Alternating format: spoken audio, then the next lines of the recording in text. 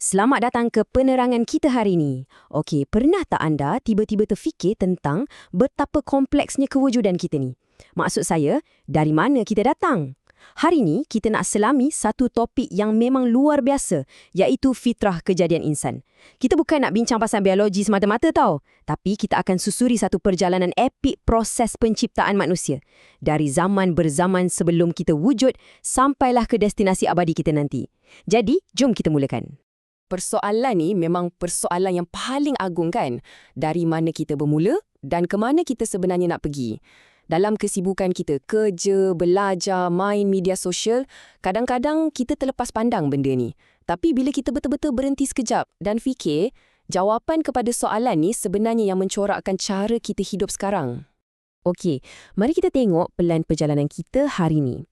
Ada 5 hentian utama. Pertama, kita tengok alam musyahadah dan alam ghaib. Kedua, alam roh. Ketiga, keajaiban alam rahim. Keempat, alam dunia tempat kita sekarang. Dan kelima, hentian penamat kita kat alam barzah dan akhirat. Kita masuk bahagian pertama, alam musyahadah dan alam ghaib. Kita kena faham dulu peraturan alam yang kita nak bincangkan ni. Sebenarnya, realiti kita ni terbahagi kepada 2. Pertama, alam musyahadah. Ini alam fizikal kita lah. Benda yang kita boleh nampak, boleh sentuh dan boleh kaji dengan sains. Macam manusia dan persekitaran kita. Kedua, alam ghaib. Yang ni, deria dan akal kita memang tak mampu nak capai. Kewujudannya macam syurga, neraka dan barzah ni, kita cuma boleh tahu dan yakin melalui panduan wahyu je. Pemahaman ni sangat penting sebab perjalanan jiwa kita merentasi kedua-dua alam ni. Seterusnya, bahagian kedua. Kita undur masa jauh ke belakang ke titik mula kita, alam roh. Ini dia garis masa epik yang setiap manusia wajib lalui. Tak ada jalan pintas ya. Semua bermula kat alam roh. Lepas tu, kita transit sekejap di alam rahim, lebih kurang 9 bulan. Kemudian, kita lalui fasa alam dunia sepanjang hayat kita, disusuli alam barzah sambil menunggu kiamat, dan akhirnya, alam akhirat yang kekal abadi. Mari kita fokus sikit ke alam roh ni. Fasa ni memang misteri besar dan rahsianya hanya dipegang oleh pencipta. Secara asasnya, roh ni lah nyawa yang buatkan jasad fizikal kita nanti boleh berfungsi dan bergerak. Tapi, fakta yang paling menakjubkan kat sini ialah, di alam rahsia ni lah, roh kita semua dah pun angkat sumpah dan berikrar mengakui Tuhan. Bayangkan, jauh sebelum kita kenal dunia secara fizikal, jiwa kita dah kenal siapa penciptanya. Masuk bahagian ketiga, keajaiban alam rahim. Macam mana alam kerohanian yang luas tu bertukar jadi bentuk fizikal yang kompleks. Untuk menetapkan konteks, kita tengok ayat dari surah Al-Mu'minun ni. Ayat ni dengan indahnya menceritakan titik mula penciptaan kita daripada parti tanah yang kemudian menjadi titisan benih kat satu tempat penetapan yang kukuh, iaitu rahim ibu. Ia menyatukan ilmu spiritual dan biologi dalam satu kenyataan yang sangat mendalam. Bila kita bedah fasa ni, ia memang menakjubkan sebab Al-Quran dah gariskan 6 tahap ni dan ia 100% selari dengan sains moden. Mula-mula, fasa nutfah, percantuman benih. Lepas tu, alaqah, jadi segumpal darah. Masuk fasa ketiga, mudghah, jadi segumpal daging. Fasa keempat pula, izam dan lah. Waktu ni, daging mula membalut tulang kita. Masuk je peringkat kelima, kita dipanggil janin. Dan akhirnya, fasa keenam, lahirlah seorang bayi ke dunia. Memang mind-blowing bila kita padankan tema-tema bahasa Arab klasik tadi dengan evolusi biologi moden.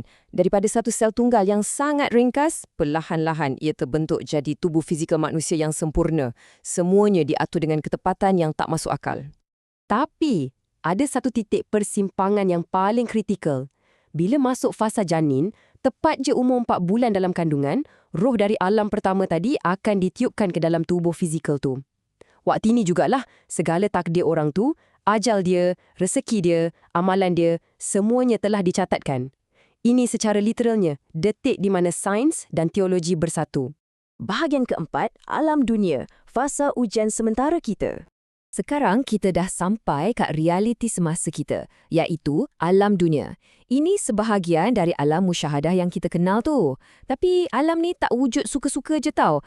Ia direka secara spesifik sebagai tempat untuk kita beribadah dan galas tanggungjawab berat sebagai khalifah atau wakil pentadbir di bumi. Dan poin yang kita kena hadam betul-betul, alam ni sangatlah sementara. Ia sebenarnya hanyalah satu dewan peperiksaan gergasi tempat kita diuji. Bahagian kelima, alam barzah dan akhirat, hentian mutlak yang terakhir. Jadi, poin yang sangat penting ialah melihat beza antara dua fasa ni. Alam dunia ni ibarat perhentian bas je, kejap sangat dan semata-mata direka untuk fasa ujian. Sebaliknya, alam akhirat itulah realiti sebenar kita yang kekal abadi. Tak ada dah ujian kat sana. Apa yang berlaku ke alam kekal tu 100% bergantung pada cara kita jawab kertas soalan ke alam sementara ni tadi. Sempadan fizikal macam tanah perkuburan ni selalu buat kita ingat kematian tu adalah sebuah penamat. Tak sebenarnya. Kematian adalah pintu masuk ke alam barzah. Barzah ni bertindak macam satu bilik menunggu atau tempat transit sementara di mana roh kita akan berehat sementara menunggu hari kebangkitan kelak. Bila dah masuk fasa akhir ni, realiti jadi sangat-sangat intens. Dekat barzah, setiap dari kita akan disoal oleh malaikat Munkar dan Nakir dan kita mula rasa sikit bayangan nasib kita, sama ada dapat nikmat atau siksa. Lepas tu, barulah kita beredar ke takdir mutlak kita, alam akhirat. Di sini semuanya didedahkan. Buku amalan kita diserahkan, setiap zarah amalan ditimbang dekat neraca keadilan Al-Mizan dan kita wajib seberang titian sirat.